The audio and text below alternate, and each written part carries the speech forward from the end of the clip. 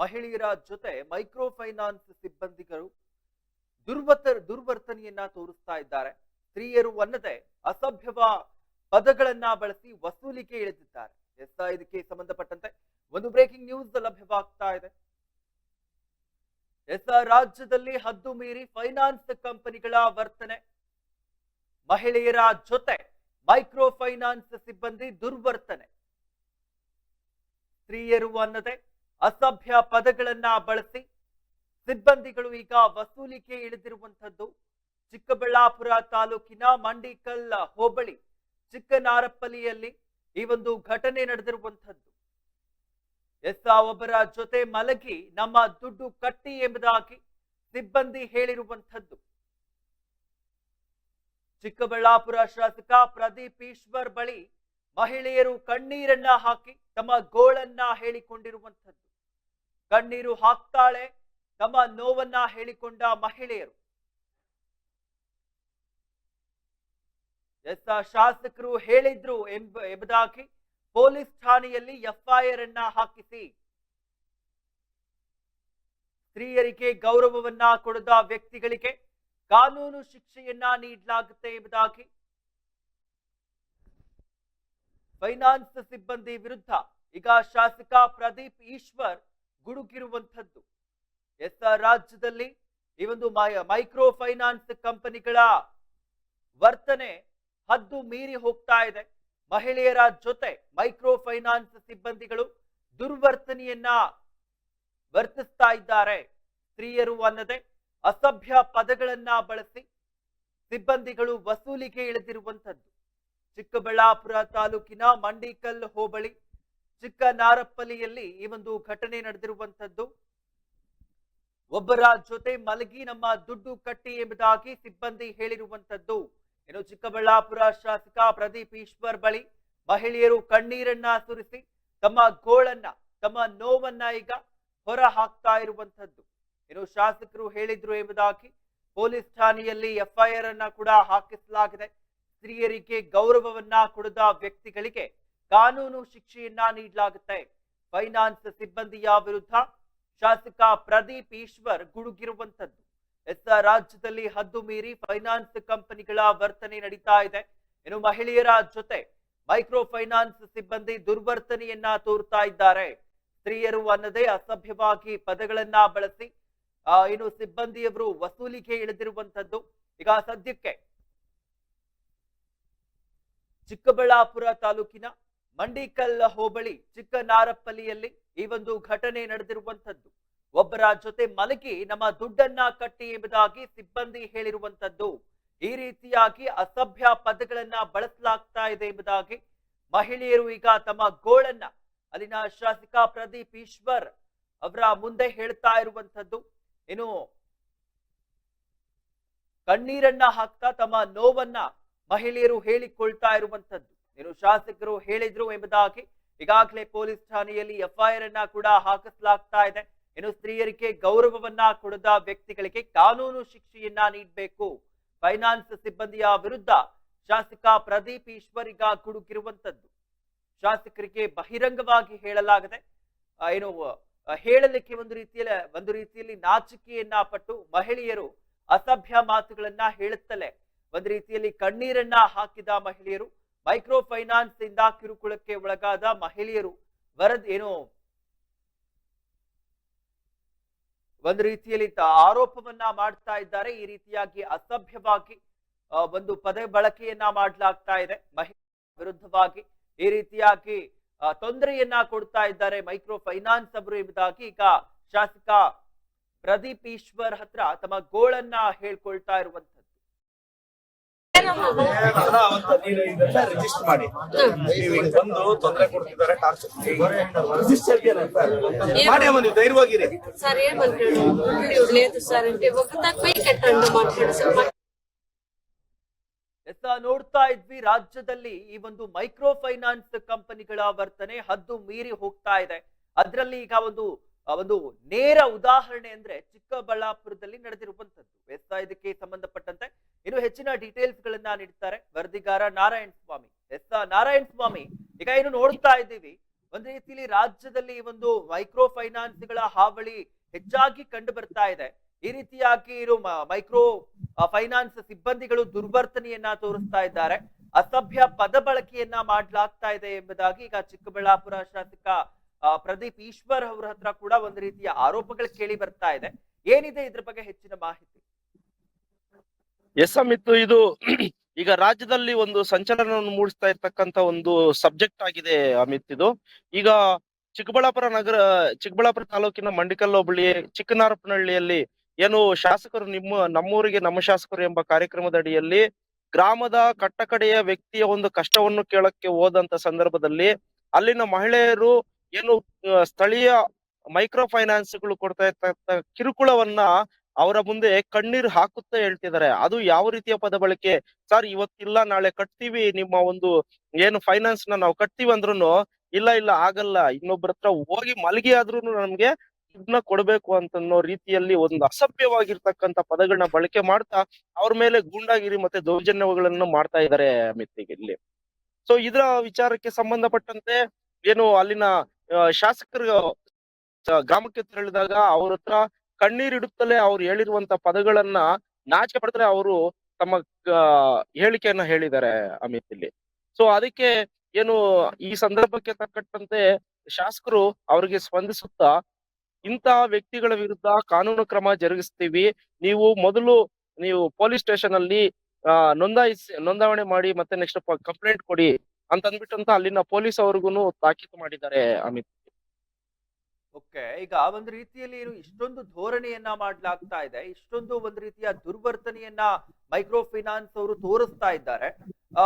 ಈಗಾಗ್ಲೇ ರಾಜ್ಯ ಸರ್ಕಾರ ಕೂಡ ಸಾಕಷ್ಟು ಒಂದು ರೀತಿಯ ಬದಲಾವಣೆಗಳನ್ನ ತರಬೇಕು, ಈ ರೀತಿ ಎಲ್ಲ ಮಾಡಬಾರದು ಎಂಬುದಾಗಿ ಕೂಡ ಕಾನೂನುಗಳನ್ನ ತರಲಿಕ್ಕೆ ಈಗ ರಾಜ್ಯ ಸರ್ಕಾರ ಮುಂದಾಗ್ತಾ ಇದೆ.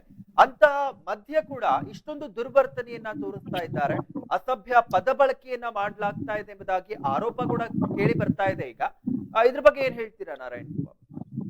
ಎಸ್ ಅಮಿತ್, ಇದು ಕಾನೂನು ಕಟ್ಟಳೆಗಳು ಬಲಿಷ್ಠವಾಗಿ ಇರಬೇಕು ಮತ್ತೆ ನೆಕ್ಸ್ಟ್ ಇಂಪ್ಲಿಮೆಂಟೇಶನ್ ಆಗ್ಬೇಕು.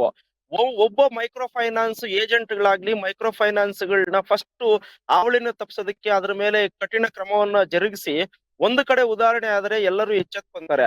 ಅವ್ರಿಗೆ ಯಾವುದೇ ರೀತಿಯ ಮಾನ್ಯತೆಯನ್ನು ಕೊಡದೆ ಇಂತಿಂತ ಟಫ್ ರೂಲ್ಸ್ ಗಳನ್ನ ಅಳವಡಿಕೆ ಮಾಡೋ ಮುಖಾಂತರವಾಗಿ ಅವ್ರಿಗೆ ಕಡಿವಾಣ ಹಾಕ್ಬೇಕು ಅಮಿತ್.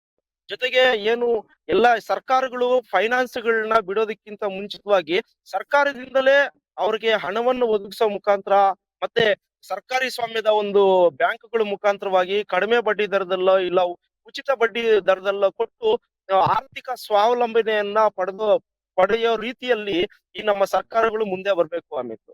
ಆಗ ಇಂತ ಒಂದು ಹಾವಳಿಗಳು ತುಂಬಾ ತಪ್ಪುತ್ತೆ. ಜೊತೆಗೆ ಮೈಕ್ರೋ ಫೈನಾನ್ಸ್ ಗಳಿಗೆ ರಾಜಕಾರಣಿಗಳಾಗಿರ್ಬೋದು, ದೊಡ್ಡ ದೊಡ್ಡ ಉದ್ಯಮಿಗಳು ಬೇರೆ ಬೇರೆ ರೀತಿಯಲ್ಲಿ ಅವ್ರಿಗೆ ಸ್ಪಂದಿಸಿ ಮತ್ತೆ ಅವ್ರಿಗೆ ಶಾಮೀಲಾಗಿರೋದ್ರಿಂದ ಬಡಬಗ್ಗರ ಒಂದು ಜೀವನ ತುಂಬಾ ಕಷ್ಟಕರವಾಗಿದೆ ಅಂತಾನೆ ಹೇಳ್ಬೋದಾಗಿ.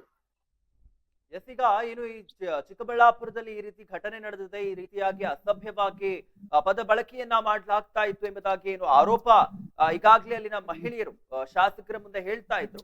ಈಗ ಪ್ರದೀಪ್ ಈಶ್ವರ್ ಅವರು ಏನಂತ ಹೇಳಿದ್ರು, ಯಾವ ರೀತಿಯಾಗಿ ಕ್ರಮಗಳನ್ನ ತೆಗೆದುಕೊಳ್ತೀವಿ ಅಂತ ಹೇಳಿದ್ರು ನಾರಾಯಣ ಸ್ವಾಮಿ?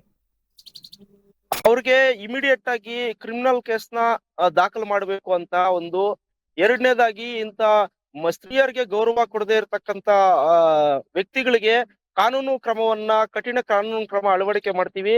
ಜೊತೆಗೆ ಏನು ರಾಜ್ಯ ಸರ್ಕಾರ ಈಗಾಗಲೇ ಚಿಂತನೆ ಮಾಡ್ತಾ ಇದೆ, ಮೈಕ್ರೋ ಫೈನಾನ್ಸ್ ಯಾವೊಂದು ಆಕ್ಟ್ ಅಲ್ಲಿ ಯಾವ ರೀತಿ ಒಂದು ಶಿಕ್ಷೆ ಬರುತ್ತೋ ಆ ಶಿಕ್ಷೆಯನ್ನ ಅವ್ರಿಗೆ ಅಳವಡಿಕೆ ಮಾಡ್ತೀವಿ ಮತ್ತೆ ಅವ್ರ ಮೇಲೆ ಹೇರ್ತೀವಿ ಅನ್ನೋ ಒಂದು ಭರವಸೆಯನ್ನು ಕೊಟ್ಟಿದ್ದಾರೆ ಅಮಿತ್. ಎಸ್, ಧನ್ಯವಾದಗಳು ನಾರಾಯಣ ಸ್ವಾಮಿ ತಮ್ಮೆಲ್ಲ ಮಾಹಿತಿಗಾಗಿ. ನೋಡ್ತಾ ಇದ್ವಿ, ರಾಜ್ಯದಲ್ಲಿ ಒಂದು ಮೈಕ್ರೋ ಫೈನಾನ್ಸ್ ಕಂಪನಿಗಳ ವರ್ತನೆ ಹದ್ದು ಮೀರಿ ಹೋಗ್ತಾ ಇದೆ. ರಾಜ್ಯ ಸರ್ಕಾರ ಈಗ ಒಂದು ಹೊಸ ಕಾನೂನನ್ನ ತರಲಿಕ್ಕೆ ಮುಂದಾಗಿದ್ರು ಕೂಡ ಈಗ ಏನು ಅದು ರಾಜ್ಯ ಸರ್ಕಾರ ತರುವಂತಹ ಕಾನೂನುಗಳು ಯಾವ ಮಟ್ಟಿಗೆ ರಾಜ್ಯದ ತುಂಬೆಲ್ಲ ಪಸರಿಸ್ತಾ ಇದೆ, ಯಾವ ಮಟ್ಟಿಗೆ ರಾಜ್ಯದಲ್ಲಿ ಅದು ಮುಂದೆ ಬರ್ತಾ ಇದೆ ಅನ್ನೋದಕ್ಕೆ ಒಂದು ಉದಾಹರಣೆಯಾಗಿರುವಂತದ್ದು. ಯಾಕಂದ್ರೆ ಕಳೆದ ಸುಮಾರು ದಿನಗಳ ಹಿಂದೆ ಏನು ಸಿಎಂ ಸಿದ್ದರಾಮಯ್ಯ ಅವರು ಕೂಡ ಮೀಟಿಂಗ್ ಅನ್ನ ಕರೆದು ಚರ್ಚೆಗಳನ್ನ ಮಾಡಿ ಯಾವ ರೀತಿಯ ಕಾನೂನುಗಳನ್ನ ತರಬೇಕು, ಮೈಕ್ರೋ ಫೈನಾನ್ಸ್ ಅವರು ಏನು ಈಗ ಅದರಿಂದ ಎಷ್ಟೋ ಜನ ಕಷ್ಟವನ್ನ ಪಡ್ತಾ ಇದ್ದಾರೆ, ಆತ್ಮಹತ್ಯೆಗೆ ಮುಂದಾಗಿದ್ದಾರೆ, ಈ ರೀತಿಯ ಹಲವಾರು ಸಮಸ್ಯೆಗಳು ಕಂಡು ಬರ್ತಾ ಇತ್ತು. ಇದಕ್ಕೋಸ್ಕರ ಅಂತಾನೆ ಈಗ ಸಿಎಂ ಸಿದ್ದರಾಮಯ್ಯ ಅವರು ಮೀಟಿಂಗ್ ಅನ್ನ ಕರೆದಿದ್ರು, ಚರ್ಚೆಯನ್ನ ಮಾಡಿದ್ರು. ಆದ್ರೂ ಕೂಡ ಈಗ ನಾವು ತೋರಿಸ್ತಾ ಇದ್ದೀವಿ ನಿಮ್ಗೆ, ಚಿಕ್ಕಬಳ್ಳಾಪುರದಲ್ಲಿ ಇದು ನಡೆದಿರುವಂತದ್ದು. ಮಹಿಳೆಯರ ಜೊತೆ ಮೈಕ್ರೋ ಫೈನಾನ್ಸ್ ಸಿಬ್ಬಂದಿಗಳು ದುರ್ವರ್ತನೆಯನ್ನ ಮಾಡ್ತಾ ಇದ್ರು. ಸ್ತ್ರೀಯರು ಅನ್ನದೆ ಅಸಭ್ಯವಾಗಿ ಪದಗಳನ್ನ ಬಳಸಿ ವಸೂಲಿಗೆ ಇಳಿದಿರುವಂತದ್ದು. ಇನ್ನು ನೋಡ್ತಾ ಇದ್ವಿ, ಚಿಕ್ಕಬಳ್ಳಾಪುರ ತಾಲೂಕಿನ ಮಂಡಿಕಲ್ ಹೋಬಳಿಯ ಏನು ಚಿಕ್ಕನಾರಪಲ್ಲಿಯಲ್ಲಿ ಈ ಒಂದು ಘಟನೆ ನಡೆದಿರುವಂತದ್ದು. ನಮ್ಮ ಹತ್ರ ಈಗ ಕಟ್ಟಕ್ಕೆ ದುಡ್ಡಿಲ್ಲ ಅಂತ ಹೇಳಿದ್ದಕ್ಕೆ ಒಬ್ಬರ ಜೊತೆ ಮಲಗಿ ಆದ್ರೂ ನಮ್ಮ ದುಡ್ಡನ್ನ ಕಟ್ಟಿ ಎಂಬುದಾಗಿ ಸಿಬ್ಬಂದಿಯವರು ಹೇಳ್ತಾ ಇದ್ರು. ಈ ರೀತಿಯಾಗಿ ಅಲ್ಲಿನ ಮಹಿಳೆಯರು ಏನು ಶಾಸಕ ಪ್ರದೀಪ್ ಈಶ್ವರ್ ಅವರ ಹತ್ರ ತಮ್ಮ ಗೋಳನ್ನ, ತಮ್ಮ ಕಣ್ಣೀರಿನ ಕಥೆಯನ್ನ ಹೇಳಿರುವಂತದ್ದು. ಚಿಕ್ಕಬಳ್ಳಾಪುರ ಶಾಸಕ ಪ್ರದೀಪ್ ಈಶ್ವರ್ ಬಳಿ ಮಹಿಳೆಯರು ತಮ್ಮ ಕಣ್ಣೀರನ್ನ ಸುರಿಸಿ ಈ ರೀತಿಯಾಗಿ ಮೈಕ್ರೋ ಫೈನಾನ್ಸ್ ಅವರು ಕಷ್ಟವನ್ನ ಕೊಡ್ತಾ ಇದ್ದಾರೆ, ತೊಂದರೆಯನ್ನ ಮಾಡ್ತಾ ಇದ್ದಾರೆ, ಈ ರೀತಿಯಾಗಿ ಮಾತನಾಡ್ತಾ ಇದ್ದಾರೆ ಎಂಬುದಾಗಿ ಹೇಳಿರುವಂತದ್ದು. ಇನ್ನು ಶಾಸಕರು ಹೇಳಿದ್ರು ಎಂಬುದಾಗಿ ಈಗಾಗಲೇ ಪೊಲೀಸ್ ಠಾಣೆಯಲ್ಲೂ ಕೂಡ FIR ಅನ್ನ ಹಾಕಿಸಿ ಸ್ತ್ರೀಯರಿಗೆ ಗೌರವವನ್ನ ಕೊಡದಂತಹ ವ್ಯಕ್ತಿಗಳಿಗೆ ಕಾನೂನು ಶಿಕ್ಷೆಯನ್ನ ವಿಧಿಸಲಾಗುತ್ತೆ. ಫೈನಾನ್ಸ್ ಸಿಬ್ಬಂದಿಯ ವಿರುದ್ಧ ಶಾಸಕ ಪ್ರದೀಪ್ ಈಶ್ವರ್ ಗುಡುಗಿರುವಂತದ್ದು.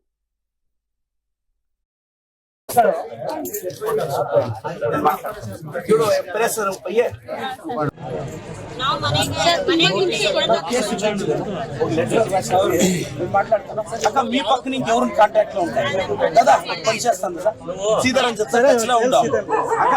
ఎవరన్నా వస్తే మీరు అన్నకి చెప్పండి, అన్న మాకు చెప్తాడు, మీరు ఆరాంగా ఉన్నాడు.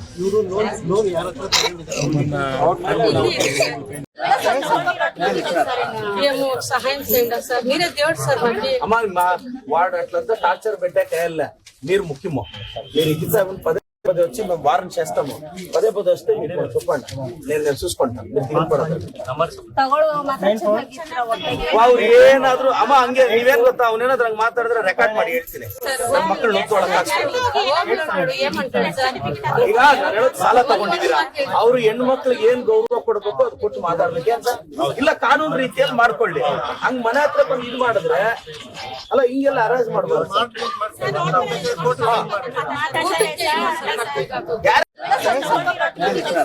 మేము సహాయం చేయండి సార్, మీరే దేవుడు సార్ మాకు. అమ్మా వాడు అట్లంతా టార్చర్ పెట్టాక మీరు ముఖ్యమో, మీరు ఇచ్చిన పదే పదే వచ్చి మేము వారం చేస్తాము, పదే పదే వస్తే మీరు చెప్పండి, నేను చూసుకుంటాను. ಅವ್ರು ಏನಾದ್ರು ಅಮ್ಮ ಹಂಗೆ ನೀವೇನ್ ಗೊತ್ತಾ, ಅವನೇನಾದ್ರು ಹಂಗ ಮಾತಾಡಿದ್ರೆ ರೆಕಾರ್ಡ್ ಮಾಡಿ ಹೇಳ್ತೀನಿ. ನಮ್ಮ ಮಕ್ಕಳು ಈಗ ನಾನು ಹೇಳೋದು ಸಾಲ ತಗೊಂಡಿದ್ದೀರಾ, ಅವ್ರು ಹೆಣ್ಣು ಮಕ್ಳಿಗೆ ಏನ್ ಗೌರವ ಕೊಡ್ಬೇಕು ಅದು ಕೊಟ್ಟು ಮಾತಾಡ್ಬೇಕು ಅಂತ ಇಲ್ಲ, ಕಾನೂನು ರೀತಿಯಲ್ಲಿ ಮಾಡ್ಕೊಳ್ಳಿ. ಹಂಗ್ ಮನೆ ಹತ್ರ ಬಂದು ಇದು ಮಾಡಿದ್ರೆ ಅಲ್ಲ, ಹಿಂಗೆಲ್ಲ ಅರೇಂಜ್ ಮಾಡ್ಬೋದು. ಯಾರ್ಯಾರು ಒಂದು 2-3 ಹೆಸರು ಹೇಳಿ, ನಾನು ಹೇಳ್ತೀನಿ. ಅಲ್ಲ, ಅವ್ರ ಏಜೆಂಟ್ಸ್ ಯಾರು ಬರ್ತಾರೆ?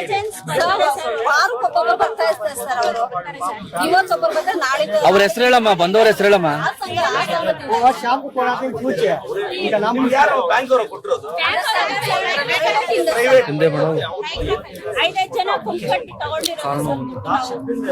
FIR ಮಾಡಿ, ನೀವು FIR ಮಾಡಿ ಸರ್.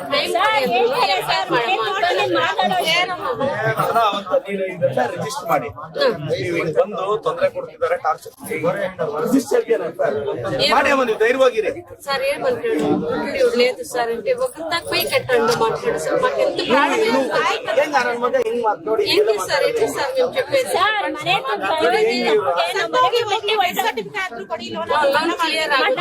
ಗಂಡಸರು ಮನೆಗೆ ಬರೋದೇ ಬಿಟ್ಟಿದ್ದಾರೆ ಸರ್.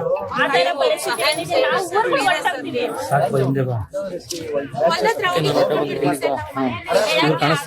ಮನೆ ಬಿಟ್ಟರೆ ಸಾಯಂಕಾಲ 8 ಗಂಟೆ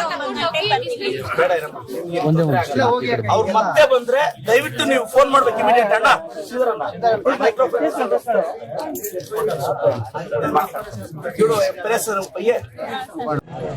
ನಾವು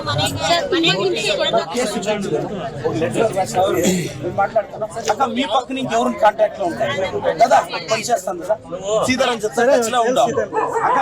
ఎవరన్నా వస్తే మీరు అన్నకి చెప్పండి, అన్న మాకు చెప్తాడు, మీరు ఆరాంగా ఉన్నాడు.